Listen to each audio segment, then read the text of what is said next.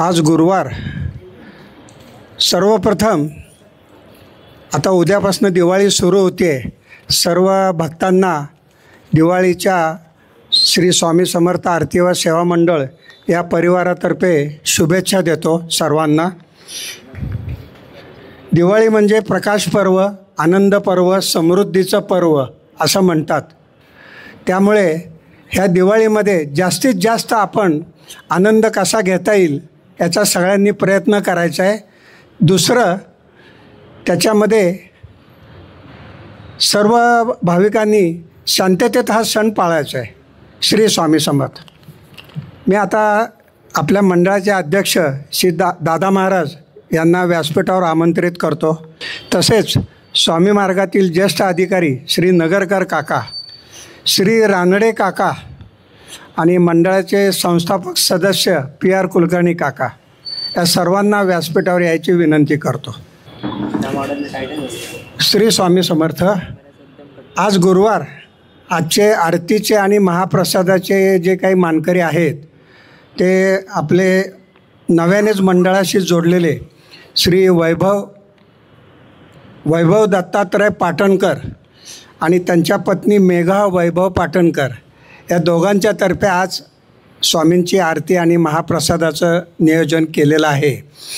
श्री पाटणकर साहेब यांचा कन्स्ट्रक्शन बांधकाम हा जो विषय असतो त्या फील्डमधलं त्यांचा व्यवसाय आहे. ठिकठिकाणी त्यांची पुण्यामध्ये कामं चालू असतात. दादांच्याकडे सतत ते मार्गदर्शनाला येत असतात. त्या माध्यमातून त्यांचे बरेच काही जे काय अडचणी आहेत ते आता सॉल्व होण्याच्या मार्गावर आहेत आणि त्या स्वामी मार्गात त्यांना आता रस निर्माण व्हायला लागला आहे. स्वामी भक्त आहे असं आपण म्हणूयात. तर अशा संपूर्ण ह्या पाटणकर कुटुंबियांना मी दादांना विनंती करतो की त्यांनी त्यांचा यथोचित सत्कार करावा. श्री स्वामी समर्थ महाराज की जय. श्री स्वामी समर्थ महाराज की जय. श्री स्वामी समर्थ महाराज की जय. गायन सेवा ही नेहमीप्रमाणे होणार आहे. आपणाला सर्वांना माहीतच आहे की गायन सेवा हा स्वामींना आवडायची. आज 2 गायिका आहेत आपल्या इथे नेहमीप्रमाणे. मी सर्वप्रथम पंढरपूर केंद्रातील आपल्या सेवेकरी सौ नीताताई कुलकर्णी यांना गायन सेवा करण्याची विनंती करतो. मी सौ नीता कुलकर्णी पंढरपूर केंद्रामध्ये सेवेला असते. सध्या पुण्यात आहे. इथेही सेवा घडते स्वामींच्या कृपेने आणि दादांचं मार्गदर्शन सतत चालू असतं.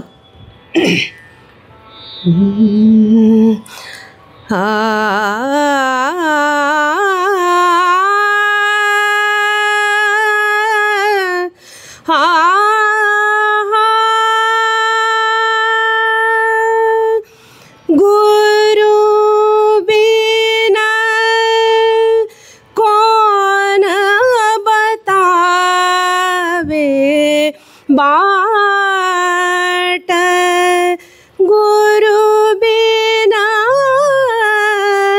कौन बतावे बाट.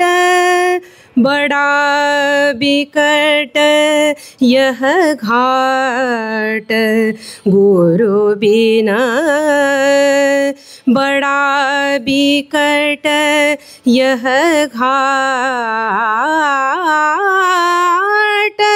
गुरु बिना कौन बतावे बाट. गुरु बिना कौन बतावे बाट. भ्रांति की पहाड़ी नदिया.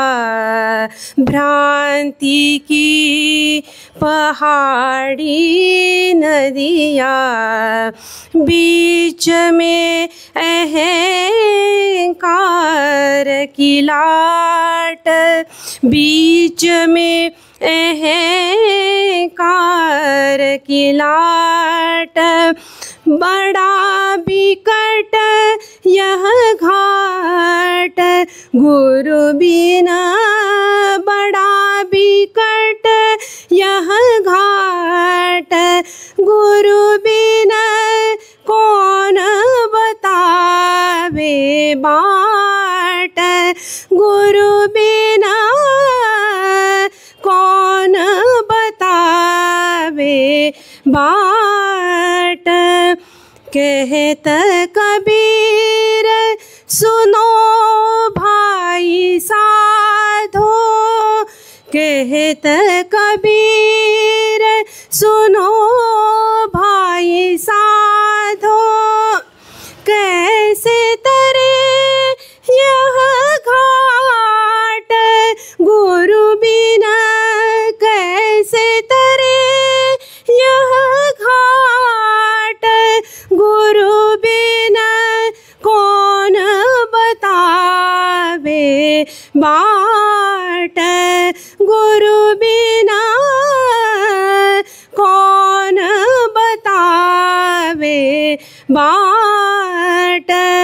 बड़ा बिकट यह घाट, गुरु बिना बड़ा बिकट यह घाट, गुरु बिना कौन बतावे बाट, गुरु बिना कौन बतावे बाट, कौन बतावे बाट, कौन बतावे बाट।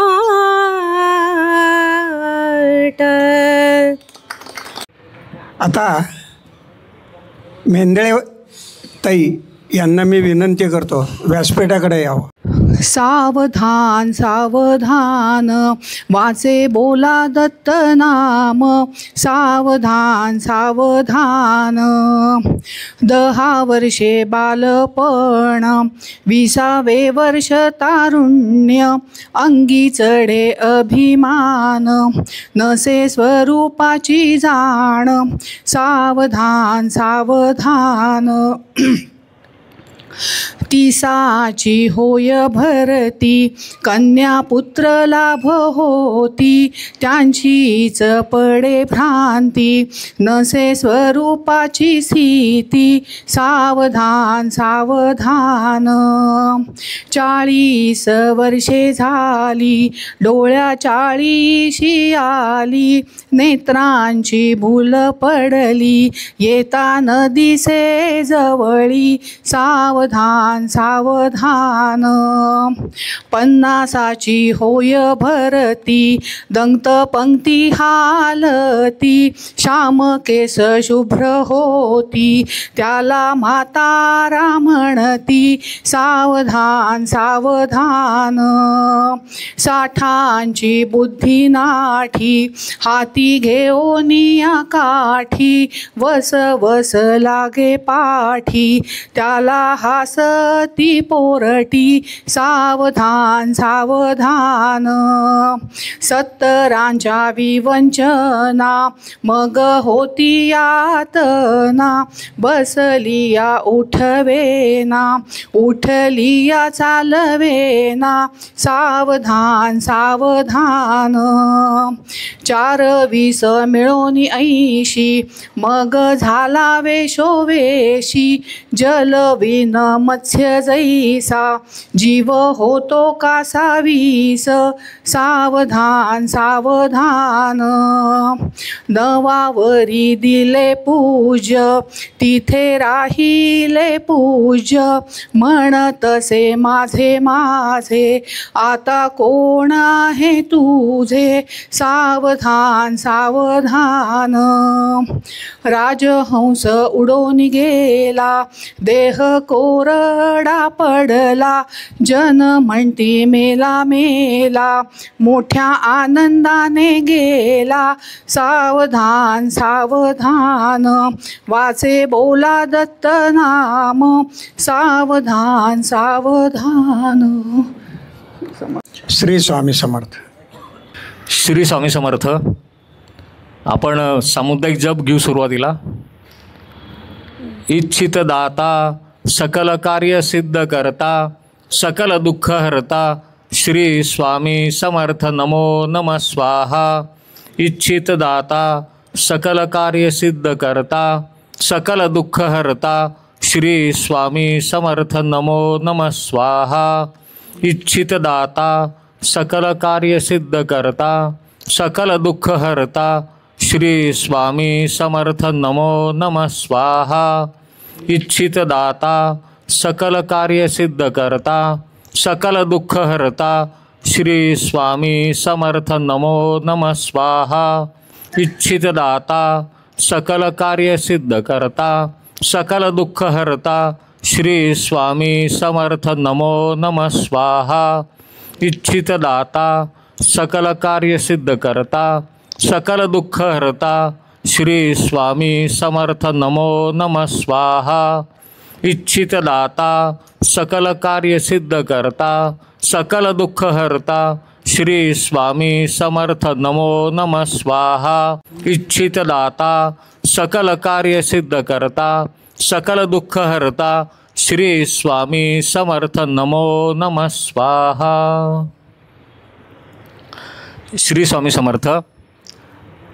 सुरुवातीला काही माहिती सांगतो मी. माझ्याकडे आत्ता इथे पत्रक आहे. पुण्यामध्ये एक आरोग्य शिबिर संपन्न होणार आहे. मुख्यमंत्री माननीय देवेंद्रजी फडणवीस उपस्थित राहणार आहेत आणि आपल्याकडे इथे जे जिल्हा रुग्ण परिषद म्हणून त्यांचं कार्यालय इथे समोर ते श्री उमेश चव्हाण त्यांनी ते आयोजित केलेलं आहे. ही पत्रकं आपल्याला जाताना इथे मिळतील. बालगंधर्वाला आहे येत्या रविवारी संपूर्ण दिवसभर ते प्रदर्शन तिथे आहे. प्रदर्शन आणि आरोग्य शिबिर असं दोन्ही आहे. पूर्णपणे मोफत आरोग्य तपासणी आहे. त्याच्यामध्ये जर का काही मोठा आजार कोणाला काही निघाला असेल तर त्या संबंधात उपचार जवळपास 6 लाखापर्यंतचे संपूर्ण सरकारी खर्चाने होणार आहेत. तर आपल्याकडे जेवढे इथे भक्त उपस्थित आहेत ही पत्रकं मिळाल्यानंतर जेवढे आपले नातेवाईक मित्र ज्यांना कोणाला सांगायचं असेल जास्तीत जास्त त्या शिबिराची माहिती सांगावी. जाताना आठवणीने आपण पत्रक घेऊन जा. दुसरं असं की पुढचा गुरुवार दिवाळीचा शेवटचा दिवस आहे भाऊबीज. तर त्या गुरुवारी इथे आपण महाप्रसाद त्याच्याऐवजी फक्त कोरडा प्रसाद इथे वाटणार आहोत. आपली आरती बाकीची इतर सेवा सगळं नियमितपणे होईल. फक्त महाप्रसादाच्याऐवजी कोरडा प्रसाद मिळेल. त्याच्या पुढचा जो गुरुवार आहे ते 6 तारखेला आपण मंदिरामध्ये जे दरवर्षी करतो, दरवर्षी जे भक्त उत्सुकतेने वाट बघत असतात तो दीपोत्सव आणि अन्नकूट ह्या कार्यक्रमाकरता आपण वेगवेगळे पदार्थ ज्यांना शक्य असेल घरी करून आणतात. जी लोक बाहेरून आणणार असतील त्या दिवशी फक्त 6 वाजेपर्यंत इथे आणून द्यायचे आहेत पदार्थ आणि पणत्या. आणि अन्नकूट म्हटल्यानंतर असा ह्या वर्षी आपण थोडासा सामाजिक उपक्रमामध्ये एक भाग घेतो आहे.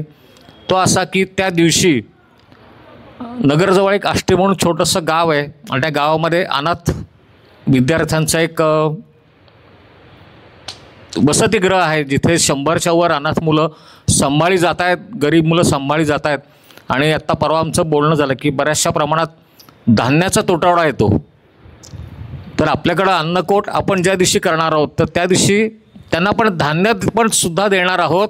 ज्यांना शक्य असेल फक्त असं की गहू, तांदूळ आणि साखर हे धान्य ज्यांना शक्य असेल तसं 1 किलो, अर्धा किलो, पाव किलो जे कोणी असेल ते त्यांनी त्या दिवशी येताना जरूर घेऊन यावं. पुढच्या गुरुवारी पण आपण ही घोषणा करणार आहोत. आपल्याकडे जे मोबाईलमध्ये जे ग्रुप आहेत व्हॉट्सअपचे त्याच्यावरही पण हे सांगणार आहोत. आत्ता सुरुवातीला फक्त या सूचना की माहिती आहे एवढं 3 गोष्टी लक्षात ठेवा. एक आरोग्य शिबिर, त्याच्यानंतर भाऊबीजेचा कोरडा प्रसाद आणि 6 तारखेला अन्नकूट आणि दीपोत्सव. आणि त्याच्यामध्ये आपल्याला घेऊन यायचं आहे जे धान्य आहे फक्त गहू, साखर आणि तांदूळ. मुख्य ह्याची गरज आहे आणि ते लवकर खराब होत नाही म्हणून. ज्यांना रोख रक्कम द्यायची असेल ते रोख रक्कमसुद्धा घेऊन येऊ शकतील. त्यांची लोक तिथे पावती पुस्तक घेऊन त्या दिवशी येणार आहेत.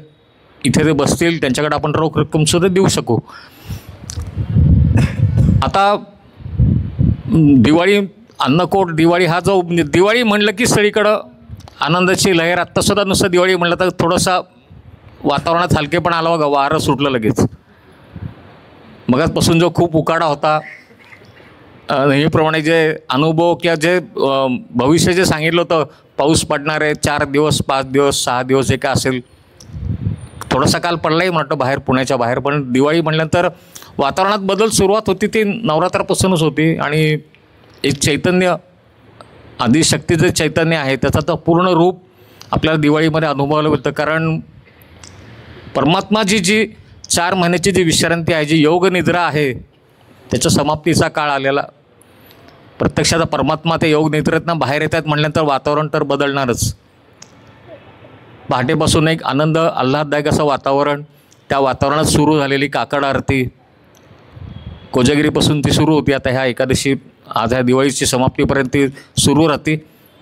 काकड आरतीचं म्हणजे मला असं वाटतं की त्या आपल्या पूर्वजांनी काहीतरी नियोजन त्याच्या मागे केलेलं असं की आगामी जी थंडीला सुरुवात होती त्याची आपल्या शरीराला सवय व्हावी म्हणून लवकर उठून बाहेर पडा, मंदिरामध्ये जा. मंदिरात गेल्यानंतर तिथलं जे वातावरण, काकड आरतीचं वातावरण आहे त्याचा अनुभव घ्या, ते चैतन्य तुम्ही घ्या आणि मग येणाऱ्या थंडीला तुम्ही सामोरं जा. ती ऊर्जा तुमच्या शरीरात एकदा भरली गेली की तुम्ही त्या थंडीला सामोरे जाल. थंडी आता पडत नाही. दिवाळीचं वातावरण बघितलं, पूर्वीचं जर का काळ आठवत असेल कोणाला, पहाटे उठायलासुद्धा नको नकोसं वाटायचं, इतकी थंडी असायची. त्या कुडकुडत असताना आई ते उठणं लाव, तेल लाव. वाडा असेल तर वाड्यामध्ये एक बंब पेटवलेला असतो, त्या बंबावरती पाणी तापलेलं आहे, पाठोपाठ आंघोळी सुरू आहेत त्याच्यात. आता वैयक्तिक सगळीकडे गॅस आले, आपापल्या फ्लॅटमध्ये लोक बसलेले आहेत, कोणी उठत नाही. माहिती नाही आपल्यापैकी कोण उठतं का नाही ते, पण तो जो वातावरण होतं ते गेलं, संपलं. म्हणजे आता तसं परत अनुभवाचं असेल तर कुठेतरी गावामध्येच गेलं, खेडेगावात गेलं तरच. खेडेगावातले आता बदललं वातावरण. पण ते जुने दिवस आठवले की सगळ्या त्या आठवणी येतात. पणत्या लावलेल्या असतात, एकच आकाशकंदील असतो. आता आपण भरमसाठ माळा लावतो, भरमसाठ हॅलोजन लावतो. सनईच्याऐवजी DJ लागले, पहाटेपासून DJ लागतात. हे सगळं आहेत, म्हणजे बदल आहेत त्याच्यामध्ये. काय चांगलं वाईट मला माहिती नाही, पण जे दिवस होते पूर्वीचे, जे जुनं ते सोनं म्हणतात ना, त्या पद्धतीनेच होते. घरच्या गृहिणीचं तर अगोदर मला वाटतं 8 दिवसापासून ती घरचा स्वयंपाक, घरची कामं उरकून फराळाचं करायला लागायचं. आणि ते संध्याकाळी आपण बाहेर पडलो की, असं पूर्वी इमारती नव्हते ना, बैठे वाडे होते, त्यामुळे ते वास लगेच रस्त्यावर यायचे खिडकीतनं. ती जी आठवण आहे त्या आठवणीमध्ये रमायला फार आवडतं. म्हणजे आत्तासुद्धा नुसतं दिवाळी म्हटल्यानंतर सगळं परत ते डोळ्यासमोर आलं तेच पूर्ण. आणि आजच्या दिवसाची सुरुवात झालेली आहे. आजच्या दिवसाचा एकादशीपासून जी सुरुवात होते, रमा एकादशी म्हणतात आजच्याला. आणि आजची एकादशी महत्त्वाची अशी की महाविष्णूंचं हळूहळू योगनिद्रा संपत आलेली आहे. श्रीकृष्णाची जी आवडती भक्त होती राधा, तिची खूप आवडीची एकादशी आहे. आणि ह्या एकादशीला जो कोणी नामस्मरण करेल विष्णूंचं, आपण जसं म्हणतो ना की 1 माळ जप केली तर एका माळेचं पुण्याचे जे असताना 10 माळा त्याचं पुण्य त्या खात्यामध्ये जमा झालेलं असं. आजच्या एकादशीला जो कोणी कुठल्याही प्रकारे विष्णूंची उपासना जो करेल, आणि महाराजांचं सांगितलं की महाराज नेहमी म्हणायचं की मी स्वतः दत्त आहे, मी श्रीकृष्ण आहे, मीच राम आहे. तर आजच्या दिवसाला जर का इथून गेल्यानंतर आपण दिवसभरात कोणी जप केला असेलच, पण गेल्यानंतर समजा रात्री 1 माळ जरी श्री स्वामी समर्थ जप केला, ह्या उद्देशाने की आजची एकादशी आहे, रमा एकादशी आहे, श्रीकृष्णाची आवडीची आहे, राधेची आवडीची एकादशी आहे, तर त्या प्रित्यर्थ मी हा 1 माळ जप करत आहे. ती सेवा आपल्याला 10 माळे इतकं नक्कीच पुण्य तिथे आपल्या खात्यामध्ये जमा करतात. ते ह्या एकादशीला बरेच जण काही न खाता पितासुद्धा, एकादशी खूप लोक करतात, काही न खाता पितासुद्धा उपास करतात. एक छोटीशी फक्त गोष्ट सांगतो अशी की पूर्वी एक मुचकुंद नावाचा राजा होता, त्याची मुलगी सत्यभामा, आणि ते खूप चांगलं राज्य होतं. आता मुलीचं विवाह करायचा आहे, त्या राज्यामध्ये आपण म्हणतो ना रामराज्य, त्या पद्धतीने ते राज्य सुरू असतं, सगळा कारभार सुरू असतो. आणि मुलीला जे स्थळ येतं ते स्थळसुद्धा अगदी सुयोग्य म्हणतो असेल, तो त्याचं नाव शुभम नाव असतं त्या राजकुमाराचं. विवाह झाल्यानंतर त्यांना असं समजतं की याची तब्येत थोडीशी नाजूक आहे, त्याला दिवसभरात थोडं काही ना काहीतरी असं खायला द्यायला लागतं. लहान मुलासारखं त्याला थोडं द्यायला लागतं. विवाहानंतर आजच्या दिवसाला म्हणजे आज ह्या एकादशीला दिवाळ सणाकरता तो सासूरवाडीला येतो. सासूरवाडीला आल्यानंतर समजतं की त्या राज्यातली सगळी लोक आज एकादशीचं व्रत खूप कठोरपणाने पाळत असतात. खाणं पिणं नाही, कुठले फळ नाही, उपवासाचे पदार्थ अजिबात नाहीत, पाणीसुद्धा घेत नाहीत. सत्यभामा सांगते त्याला असं या राज्यामध्ये अलिखित नियम आहे, सगळेजण भक्तिभावाने एकादशीचं हे व्रत करतात, तर तुम्ही पण हे करावं. तर तो म्हणतो की थोडंसं त्याला विवंचना पडते की आता सांगायचं कसं की मी खाल्लं नाही तर एका दिवसामध्ये सुद्धा माझा अंत होईल अशी परिस्थिती असते, त्यामुळे थोडं का होईना पोटामध्ये त्याला अन्न दे. पण तो म्हणतो ठीक आहे, जर का तशी वेळ आली तर मला तुम्ही काहीतरी फक्त थोडंसं खायला द्या. शक्यतो मी प्रयत्न करतो आणि तो भगवंताला प्रार्थना करतो, विष्णूंना प्रार्थना करतो की मला आता तुम्हीच तारणहारात. संपूर्ण दिवस जातो, त्याचं शरीर हळूहळू त्याचं क्षीण होत चाललेलं असं त्याला जाणवतं की आपण आता का खाल्लं नाही तर उद्याचं सूर्योदय काय आपण बघू शकत नाही. सांगायचं कसं आता मला खायला द्या म्हणून. तो शेवटी विष्णूंचीच प्रार्थना करत रात्र पण संपती. थोडीशी दुगदुगी असते, तो सत्यभामेला बोलवतो की आता माझं काही खरं नाही. ती म्हणते आता थोडंच राहिलेलं आहे, दिवस उजाडला की आपण उपास सोडू. दिवस उजाडतानाच त्याचे प्राण पण सुटतात. तिथे नेमके संपूर्ण राज्यामध्ये त्या शोककळा पसरते, सगळीकडे बातमी पसरती, सगळीकडे हल्लकल्लोळ उडतो. आणि सत्यभामा म्हणते की मी सांगत होते थोडंसं आता फक्त अवधी होता, दिवस उजाडल्यानंतर आपण नैवेद्य दाखवला असता आणि त्यांना खायला दिलं असं. नियम किती कठोर पूर्वीचे, ही भक्तीसुद्धा होती. मग ती भगवंतालाच म्हणते की जर का असेल, आम्ही एवढं भक्तिभावाने सर्ग पाळत होतो, आता तूच काहीतरी चमत्कार दाखव आणि त्यांना काहीतरी जीवनदान दे. शेवटी विष्णूंचं काम कसं आहे, जीवन सांभाळण्याचं आहे. ब्रह्मा उत्पत्ती, विष्णू सांभाळण्याचं, आणि शंकराचं आहे ते लय म्हणजे नाश. विष्णूंना साकडा घातल्यानंतर एक चमत्कार असा घडतो, सगळं त्याचा अंत्यविधी पण होतात. ही भगवंताची लीला असते. अंत्यविधीनंतर त्याला ताबडतोब पुनर्जन्म तेवढाच वयाचा असताना त्याला भगवंत देतात. पण त्या राज्यामध्ये त्याला ठेवत नाही, त्याला ठेवतात दुसऱ्या राज्यामध्ये. आणि हे सगळी भगवंताची लीला असते.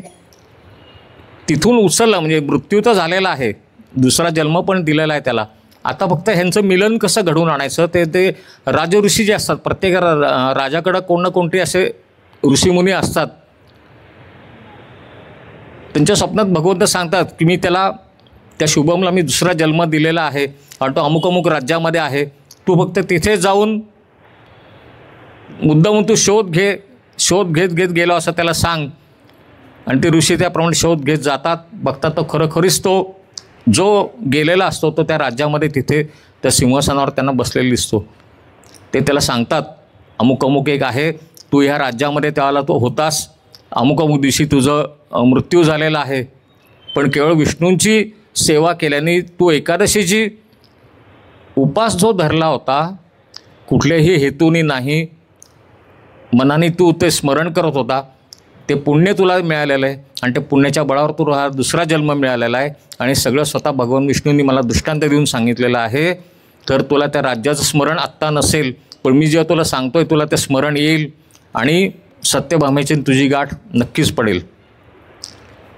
ते ऋषी त्यांना सांगून येतात, सत्यभामेला सांगतात की तुझा नवरा गेलेला नाही आहे, तुझ्या नवऱ्याला दुसरा जन्म मिळालेला आहे आणि अमुक राज्यामध्ये तो आत्ता आहे, तिथे चल तू माझ्याबरोबर. आणि सत्यभामेला पण ते घेऊन येतात आणि त्याची गाठ पडल्यानंतर मग त्याला ती जो पुनर्जन्म म्हणतो ना आपण, तो सगळं आठवायला लागतं. ते म्हणजे कसं की अनावधानाने का होईना पण एकादशीचा उपास त्याच्याकडनं घडलेला आहे. भगवंतांनी त्याला काही ना काहीतरी त्या उपासातीर्थ पूर्ण जीवन दिलेलं आहे.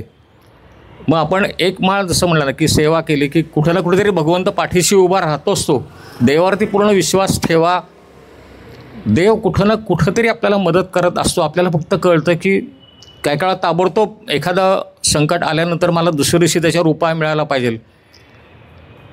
तर तसं नसतं ते. कुठे ना कुठेतरी तो आपल्या पाठीशी असतो, कुठे ना कुठेतरी संकटात उभा राहतो. एक गोष्ट मंदिराच्याच बाबतीत घडलेली होती. मंदिराचे जे विश्वस्त असतात, श्रीकृष्णाच्या मंदिरामध्येच दररोज दर्शनाला यायचं. मंदिराचा कारभार जो काय तो व्यवस्थित चालला की नाही ते बघायचं. एक तासभर तिथे बसायचं आणि नंतर दुपारच्या वेळेला सरळ घरी जायचं. आणि त्यावेळेला काय करतं ते त्यांचं निरीक्षण सुरू असतं बाहेर, की रोज कोण येतं का मंदिरामध्ये, कुठला भक्त येतो. आम्ही जेव्हा इथे बसलेलो असतो ना, की आता आरतीच्या वेळेलासुद्धा मला बरोबर समजतं कोण नवीन आला असेल तर आम्ही बरोबर त्यांना बोलवतो आणि सांगतो, त्यांची चौकशी करतो, कुठून आले काय आलं वगैरे असं. तर ते बघतात की एक साधारण सायकलवरती येणारा मध्यमवयीन म्हणता येईल असा अतिशय गरीब अवस्थेतला एक रोज फक्त येतो. बघतात ते 2-3 दिवसांनी बघतात तो काय करतो, की तो दर्शनाला जातोय, दक्षिणेपेटीमध्ये तो 5 रुपये टाकतो, शेजारी जाऊन बसतो, 5 मिनटं ध्यान लावतो आणि त्याच्याकडे एक छोटीशी डायरी असते. त्या डायरीमध्ये तो कधी लिहितो. ते बघत असतात हा रोज 5 रुपये टाकतो एवढं नक्की. एखाद्या दिवशी आला नाही तर तो दुसऱ्या दिवशी 10 रुपये टाकतो, तेही ते बघतात. वर्षानुवर्ष हा क्रम असाच सुरू असतो. त्या माणसाचं वय वाढत जातं. सायकलवर येत असतो, सायकलवरच किती वर्ष आली तरी परत सायकलच वापरत असतो. हळूहळू असं होतं की एक बघायची सवय, आपण रोज हेच बघतोय, हा मनुष्य हेच करतोय, त्याच्यामध्ये कुठलाही बदल नाही, कुणाशी बोलत नाही, ठराविक वेळेपेक्षा जास्त वेळ थांबत नाही.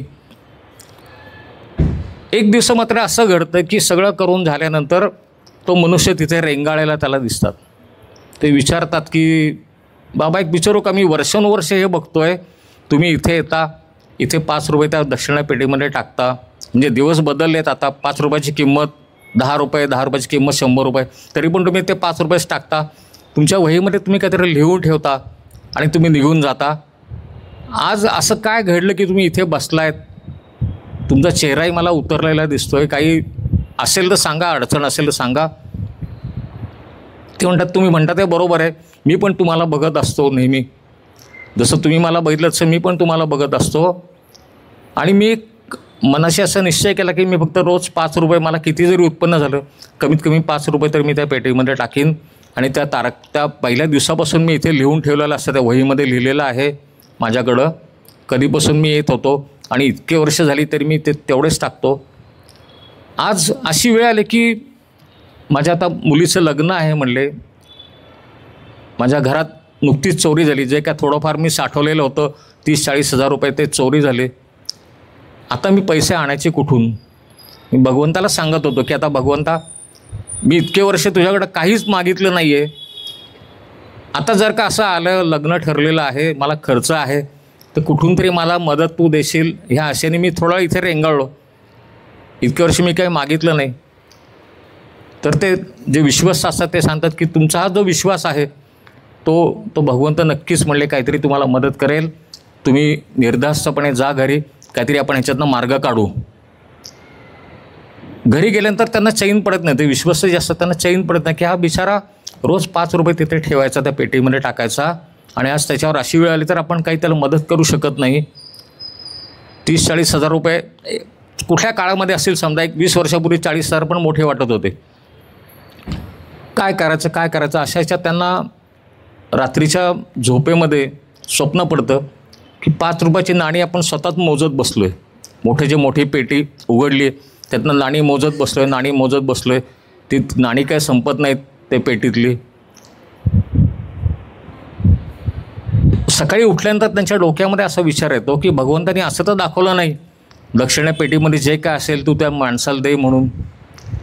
असं तर काही चिन्ह त्यांनी दाखवलं नसेल.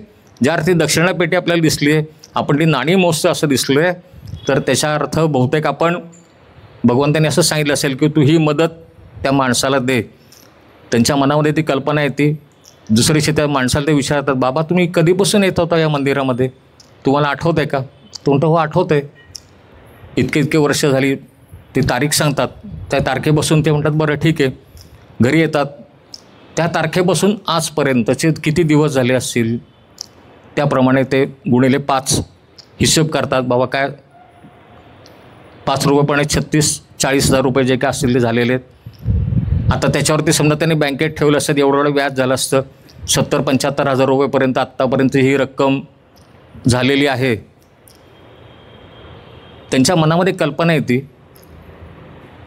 मंदिराचा जो हिशोब असतो सगळ्या त्या बघतात किती आता शिल्लक किती असेल आपल्याकडं, भरपूर शिल्लक दिसते.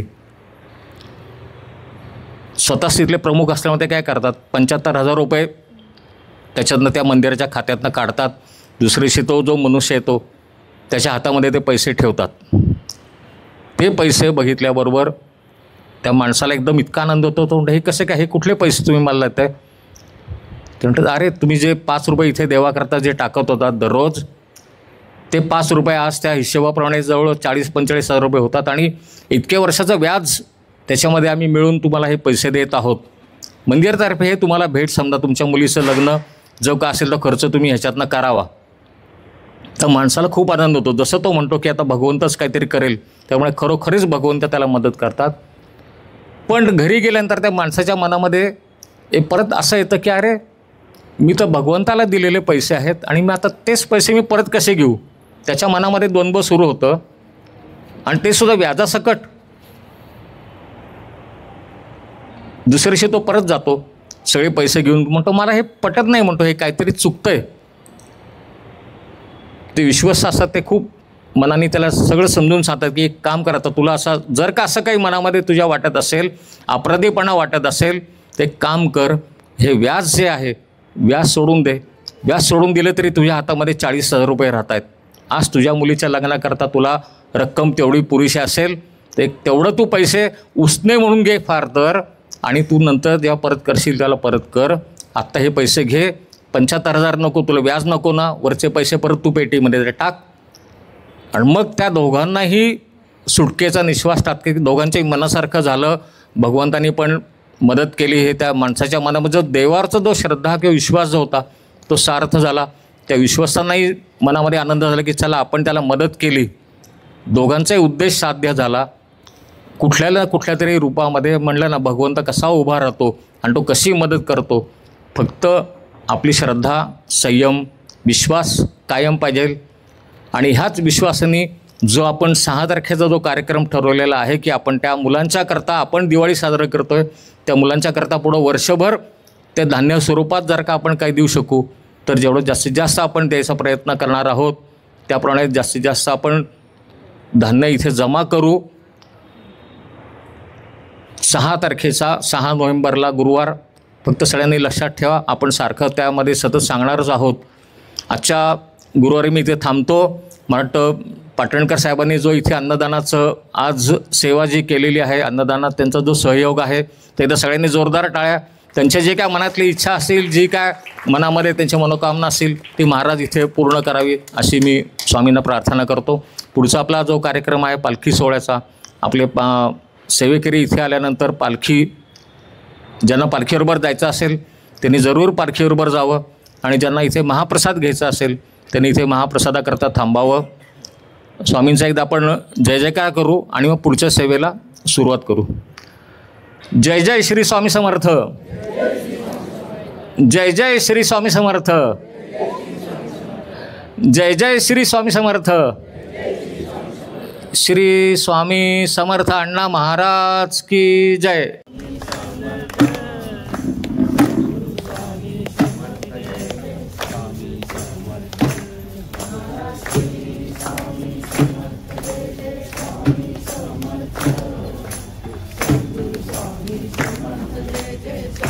समर्थ.